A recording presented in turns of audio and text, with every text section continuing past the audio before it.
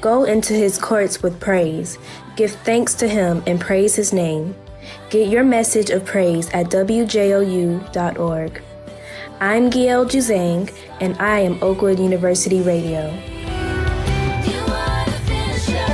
90.1 FM, WJOU. Thank you for joining us. Come on in and join us on Facebook and on YouTube. I'm here in the studio with none other than William Hampton. We're going to be talking Black History Month, as we always do during Black History Month in February. So thank you for joining us. Now, this year, William, marks 100 years since the first Black History Week was celebrated back in 1926. And it also comes as our nation looks ahead in July to the 250th anniversary for America. Now, so we're so thankful that you're here to join us representing. He is the director and he is the founder of Huntsville Revisited. Now, this is an organization that is really concerned about telling the stories, preserving the stories, and shaping the community right here in Huntsville, Alabama. So welcome. Thank you for being here with us today again. Always an honor to be with you, be with my friends here at WJOU. Yes, we love to have you here. So for those of that might be listening right now, may not be familiar with Huntsville Revisited, tell us a little bit about it first before we get into our discussion or chat. The museum was founded in June of 2020, and it's a space where I share the stories of the everyday people, the everyday men and women who are part of the fabric that built Huntsville. And I call it the front porch experience. And so I include stories that were left out of the narrative when we know history. Right. Forgive me, I have the hiccups. Yeah, it's okay. But when we're sharing stories, people are like, oh, I know Huntsville history. Yeah. And they'll come and they'll share some things. And I'll say, oh, wow. Because they'll tell me, I know everything about Huntsville history. And so they'll share some things. And I'll say, hey, what about, oh, well, I don't know anything about that. And so we fill in the gaps there. And that's why coming together, especially with family members coming together. So it's a space where families can even come and hang out and see old pictures and share stories. So I founded in 2020 as a museum, and I am there from 10 till 2 Monday through Friday, sharing stories and sharing pictures and just loving it all. Wow. So we're so excited to have you. I mean, you have gotten, just being there and doing what you do, I mean, it's just gotten so much more notoriety and respect and just appreciation for what you do. So first of all, I just want to thank you for doing that. And I know we've talked about this before. This has always been a dream of yours to do this type of work. Since so I was a little boy. Right. So as we think about Black History Month this year and the 100 years that we are celebrating now, what stands out to you about this observation that makes it, we have to realize this is still important for us to celebrate Black history? Exactly. I like to share a story from 2020. The current director of the Alabama Department of History and Archives, he issued an apology. And the official statement from June 2020, the Alabama Department of Archives and History issued a statement of recommitment. They said, and they apologized for decades of systematic racism by prioritizing Confederate history while neglecting the preservation of Black Alabama history. The department acknowledges its role in promoting the lost cause narratives and pledged to diversify its collection and staff. And so, not even knowing that they were doing that or had issued that apology, I have been curating and celebrating and sharing the stories, but our state historic Department of Archives and History weren't preserving it. So that information was not included in our Alabama high school, in our Alabama elementary history books. So it wasn't taught in the schools. Wow. So once we integrated, those teachers were not sharing our stories. When we were segregated, our teachers knew these stories. And so we got it during Negro History Week. Right. Is what we had when I was a kid. Wow.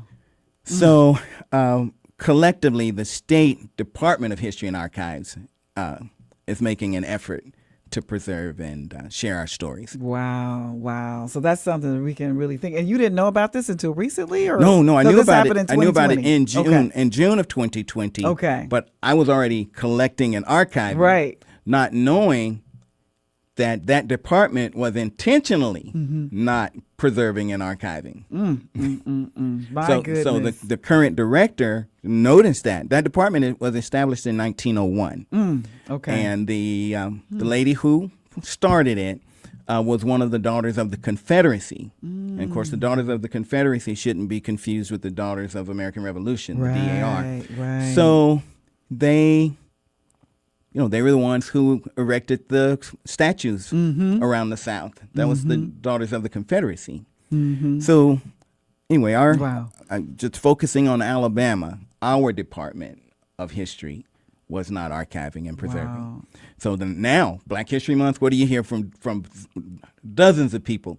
They didn't teach us that in school. Right. Well, those teachers did not know. Wow. But if you got a great-grandfather, great-grandmama, grandmama, granddaddy, and want some of your older family members or that history nerd in the family, pick their brains, to learn your family stories and to learn history. Now, so that makes me wonder now and ask the question, so the work that you've been doing, you were already archiving, is it part of that department now? My work? Yes. No, my work still isn't. doesn't even get included as far as... No, they're collecting and curating, I guess, from more prominent families. Yeah, okay. I have some things from some prominent families, but my focus is on the everyday people. I know it. And That's right. case in point, about 2 years ago, a friend of mine who lives over near Twickenham was out walking one morning, and he noticed in a trash pile some pictures. And we're like this, if we see pictures, especially old pictures, what is this? So we're going to gravitate to it. So in this group of pictures, I think there are a dozen or so, but two that he shared with me just jumped out at me. Written on the back was Negro Baptism, 1923, at the Maston Lake. What? Okay, so folks have always wondered, was there a lake near Maston Lake Road? Right. And the answer is yes. So it was in close proximity to where Lakewood School is. Okay. That little creek that runs behind it, that neighborhood back there, the Maston Lake was there. So it was filled in to build that neighborhood. But this was a Negro baptism. So there are these folks gathered around this lake. Wow. The Maston Lake. Oh, my goodness. And then just a week and a half ago, a gentleman brought me a photo album with about 100 pictures in it. And so I'm thumbing through it. Most of them dated between 1910 to 1923. And, pictures of the Montesano Hotel. Ooh, what? But there were 4 pictures in there that, oh, my goodness. Pictures of the Negro Baptism at the Big Spring. Oh, my so goodness. Different from the one that we've seen since 1885, from the Ira Collins one, St. Bartley has, yes. Now, is the congregation St. Bartley? I don't know know. that, yeah. But it's black folks, their horses. Now, in the Maston Lake picture, there are horse-drawn carriages, there are old Model T cars. Oh, wow. But this one that I got last week, it had a black lady in a church hat crossing the street, and you can see the streetcar. Oh my goodness! In the background. I'll get those to you. Oh my goodness! But these were in a collection of so that picture in itself probably wouldn't mean anything to the Department of Archives, but for Huntsville history and our stories here in Huntsville, Black history, it's rich in its treasure. I've had a door donated to me. Say a door. A door. A door. Yes, a door. Got a call about a year ago from a couple of guys. I think they're in their 80s. Okay. So they called me and said, hey, our family owned a restaurant in Madison back in the 50s. And we were cleaning out one of our warehouses and came across a door. And, the times were different then. This is how the conversation went. Yeah. Times were different then, but we don't want to throw it away. And we're calling to see if you want it. We'll send you a picture of it. The door says colored dining room. Oh, my goodness. I said, I certainly do want it. Yes, you want that. So when they shared the story with me, they brought it. And I have it there at the museum. But their family owned this museum. I think one said he was about 7. The other one was around 10 when the family owned the restaurant. So when it closed, of course, they just stuck things in this warehouse. So the two brothers, I think they said in the 70s, they opened a restaurant. And they wanted to use that door. So they had put it in this one area. And they said a little kid was passing by one day. And the room that this door led to was aqua. And so said the kid, when they passed by and they looked through the window, they asked, is it colored is it the colored dining room because Right, the room is aqua? So it gave them an opportunity to share the story of why that door and what it represented during the Jim Crow era. Oh, wow. So I have, letters. I have,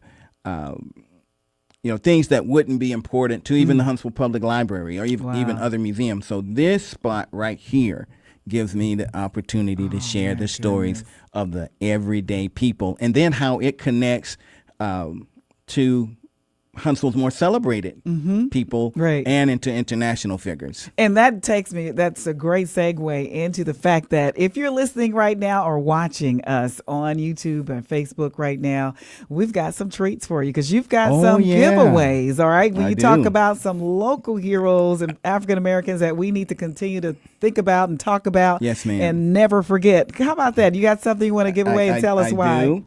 One, when you come into the museum, one of the first images you see is the portrait of Dr. William Hooper Council, founder of Alabama A&M in 1875. And Brother Eddie Davis Jr. wrote a book, and it's called The Greatest Negro the Race Ever Produced. That's right. That title comes from Dr. Council was introduced as that in one meeting back in the 1800s. During his lifetime, he was held in higher esteem than Booker T. Washington. So why is Booker T. Washington's story known more so than Dr. Council? Why is W.E.B. Du Bois' story known more so than Dr. Council? Some of that comes from what happened in the Atlanta Compromise. So that's a research project for you students. I'm telling you, wait a minute. You know about the Atlanta Compromise? So the Atlanta Compromise. Well, after Frederick Douglass died, there was the political climate similar to now because Democratic, Republican, Independent, who do we follow? Right. So after emancipation, many of the leaders, who's going to be our leader now? Frederick Douglass is dead. So is it William Hooper Council, who traveled abroad? Yeah. He was, recognized internationally. So Dr. Council said, I think we need to hitch our wagon to our former masters. They understand us better. And others were more militant. And Dr. Council even advocated or supported us moving back to Africa. Or not back to Africa, because we were never there. But he supported the move to Africa. He said, "No, I'm not going." But well, his reasoning was that we were born here. Okay. This is our home. Right. So no, we're here. Right. So y'all deal with us. But the greatest Negro the race ever produced, fascinating story. Okay. He was in 1887. Okay. We know Rosa Parks. What happened in 1955? We just lost Claudette Colvin, a couple of months ago, and we recognize them and understand that they refused to give up their seats in public transportation. Right. But in 1887, William Hooper Council, Dr. William Hooper Council, the founder of Alabama A&M, purchased a first-class ticket to ride in a passenger train. Went to take his seat. Lady told him he couldn't sit there. He said, "I've got a ticket, ma'am." Wow. Refused to give up his seat. 3 men jumped him. One smashed a lamp in his face, on his head. They drug him back to the Negro car. He sued the Interstate Commerce Commission in 1887 and won. Wow. William Hooper Council. Right. There were some consequences. 1887. 1887. Yeah. Oh, so my this goodness. book, again, by Eddie Davis Jr., The Greatest Negro the Race Ever Produced, Dr. William Hooper Council. And one of my history mentors was the late Mineola Dixon. I loved her. We would spend many, many hours researching things. And I asked her once, I said, "Do you think that any of the white students who were here at Oakwood with their parents who were administrators had classes with any of the black kids?" And she said, "Brother Hampton, I don't know. We need to research that." Wow. And as months went on, she was sick, and we weren't able to continue to research. And I've even asked Dr. Baker. I said, "Do you know if there were white students?" The reason being, if White that was the students that case, came to Oakwood, whose parents were instructors I and read administrators. something about that. So my question is, if that happened, then Oakwood would have been the first to integrate. Oh, wow. But not public school. That happened in 1963 because there's a Catholic church in town, St. Joseph's, who, they said, well, we were the first to integrate. Okay. and we didn't have any issues. Okay. Wow. But it was a black school that white kids integrated into. Okay. So there was a little difference. So So there let me weren't tell going to you be what's dogs. coming to my mind. I don't know where I read this, and you can research it. And because I don't even know if it's true. But what I remember from what I read somewhere, remember Tent City? I do. That Tent City, what I remember, and I could be wrong. So let me disclaimer. Tent City was part of like helping white students come and go to school during the war or something like that. And they were staying, Tent City had something to do with it, where they stayed and took classes at Oakwood, something like that. Well, it was military housing. I know that. Okay. Now, whether white students Were stayed there there, or I not. don't know. Yeah, I don't know and, either, And yeah. the tin actually came from Redstone. Okay. It was some of the leftover Yes. materials they had for building supplies out Right, there. right. So Tin City, I think Sam Anderson and Okay, his family lived out there for a and while. My dad That's and my right. mom lived out there. Faith Watkins. Yeah. I remember Faith Watkins lived Yeah, out there back in yeah. the day.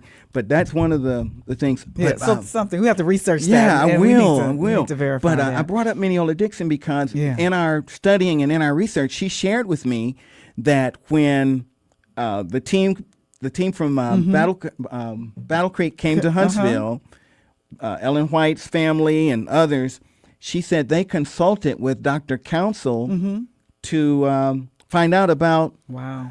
She said they consulted with him to see how the climate, the racial climate in Huntsville, and how to deal with the white people. Right. So if you notice, Oakwood is out here, Right. 1896. Right. A&M didn't move out to where they are until 1890. Right. So the colleges wanted to be far enough away, for one thing, not to offend the local whites.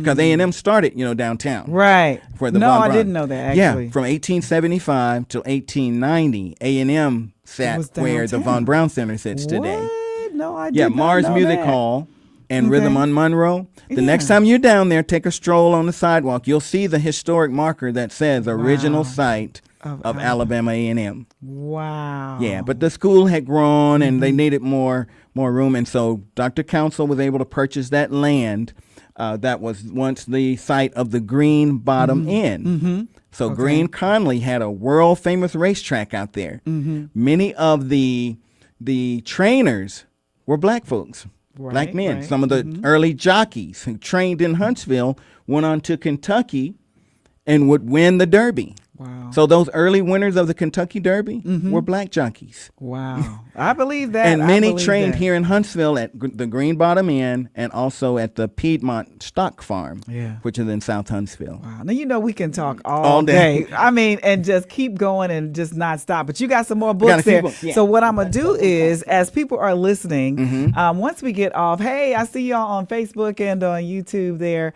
making comments. We're going to give away the book. Show the first book, first of all. That was William Council. William Hooper Council. We're going to give away this book. Towards you? Yeah. Oh, that's the camera right camera's there. right there. So there's the book. We're gonna give that away, and we're gonna give them away after we finish our conversation. So y'all can just call, and as you call in, we're gonna give the books away in this order. So that's the first. What's the That's next one first we got? And then this one is a children's book. Yeah. So O.W. Gurley. you Y'all can remember? Read his story Yeah. to your early readers. Allow them to read it to you. O.W. Gurley, the founder of Black Wall Street. Mm-hmm. So And how many do we have? We have to 5 give of away? this one. 5. So 5 people can get that book. 5 can get that and one. then we have. We have Free People of Color All right now. in Madison County, Alabama. Oh, they starting to call. Now, Free People of Color, if you have roots here in Huntsville, Madison County, Alabama, you will be able to go back and find, if you're doing some genealogy, even your ancestors, former enslaver. Right. It even yes. tells you there For Alabama. right? for Madison County, Madison Alabama. County. Madison Yeah, County, I Alabama. went through that. So yeah. that's how that is. And so we have one of those. Have one of those, and we'll get some more just Okay. through the course of the year. Okay. The Scottsboro Boys, All their right, that story needs story. to be known. So Yes. this is written by Peggy Towns. She's a historian over in Decatur, Alabama, and it shares the story of these boys who were accused by 2 girls from Huntsville, Alabama. All right. Here we got callers coming in. Okay. They want these books. So I told y'all we're not going to give them away until we finish our conversation. And then as calls come in, I'm going to get JB, which y'all can't see. You can probably scoot over a little bit so they can see you on the camera. We're going to get JB to take the calls and take your name. And we're going to give them away in the order that you're seeing them. So now we've got the green book. We have two green books, but they're different, we right? We have 1947 and we have 1936. And so during the Jim Crow era, of course, this directory told you safe places to stop and get you some food, gasoline, safe places to stay. Right. But the Negro Traveler's Green Book, it's a directory categorized by state, then by city, and it's a handy tool to show you what you're. So we have two of those to give away. We have two of those, and then we have one, Song in a Rainstorm. Okay. Here's another research project. Blind Tom Wiggins. Tell us about that really quickly. Okay, Blind Tom was a enslaved boy born blind and mute, but he was gifted. He could play piano. If he heard something, he could repeat the sound, even sounds of animals, that kind of thing. He could recreate that on the piano. Wow. Fascinating story. First black person to perform at the White House, but Blind Tom Wiggins is his. Right. So we've got that book for you too. And so again, what we're going to do is once we finish our conversation and we close out our Facebook page and everything, we're going to start receiving those calls. Y'all just call in and we'll get your information and assign you the book that you will receive in the order that Mr. Hampton just gave them out. So listen, as we get ready to close, I'm trying to rush down because we're running out of time. I'm sorry. It's okay. I know. So as we look ahead to America's 250th anniversary, how do you think Black history and Black contribution should be centered in this national celebration? Dead center. Okay. First of all. And we had discussed, earlier as to how do we celebrate. I'm a part of the America 250 committee for Huntsville, Madison County events. There's going to be a grand celebration on July 4th. So do we celebrate that? Yes. This country does not exist without us. So we can't exclude ourselves and pull ourselves away. Right. So however we want to do that and celebrate, but yes, we need to be dead center with the celebrations and control the narratives of your stories, your family stories, the history that you know. That's the history to teach. Right. We cannot depend on others to share our stories and to teach, especially our children. We can research on our own. We shouldn't depend now on just someone else spoon feeding us history. Right. Research on our own. We have library. I still love going to the library and reading. Yeah. And we have to be careful of this one thing. I see so much misinformation shared by us when it comes to Black history. People will see something and they'll automatically share it, and it's far from the truth. Sort of like what I just research. did. With the Bible, it tells us compare, line upon line, precept upon precept, to study, to show ourselves approved. Exactly. So we have to do it with our own history, because then that makes us look bad if we're sharing stuff that's just not so. That's right. Right. Control the narrative. That's right. All right. So listen, thank you for being with us today. So for listeners who want to get involved and learn more, support the work that you're doing, what can we do? How can they find you? What steps can they take to help? Well, they can come see me at 2007 North Memorial Parkway, Suite O, at Huntsville Revisited. I'm in the H.C. Blake Art and History Center. They're near the intersection of Oakwood Avenue and North Memorial Parkway. You can visit me online on Facebook, Huntsville Revisited. There's even a page that's primarily for Black history. It's called Negro History of Huntsville, Madison County, Alabama. I'm on Instagram. My daughter is going to get me set up on, I think, TikTok, and we're going to do just some history videos, that kind of thing. That's good. So they can find me there. Again, William H. Hampton, because there is a William Hampton, my son. Right. William H. Hampton. Call me, hit me up, email. If you need me to come out and speak to your churches, your organizations, I do so. But that you can support me that way. Come by the museum, buy some books. I have some mugs. I have some cool pictures. Yeah, it's a cool So those place. are ways you can support and just spread the word. Share that Huntsville does have a museum that is dedicated to sharing the story of Huntsville, Madison County, Alabama, and United States African American history. We have that. Thank you so much. Now, the number to call when we finish this conversation, which it is coming to an end right now, the number to call is my request line 256-722-9990. And we will take your name and give you one of the books that Mr. William Hampton has for you today. All right. And thank you so much for listening and being with us today for There's our breakfast one chat. thing. It won't take 10 seconds. Okay. For the rest of the month, on the 6th floor of City Hall, we have an exhibit, a Black History exhibit, sharing the stories of 19th century Huntsville, Madison County residents. And it's open from 8 a.m. till 5 p.m. The 6th floor of Huntsville City Hall downtown. Okay. All right. All right. That's coming up. And that's every Monday through Friday. Monday through Friday. All right. Thank you again for being with us and Thanks talking to us, me. sharing your heart and your love and your passion for the history right here in Huntsville, Alabama. All right. So listen, we are going to now.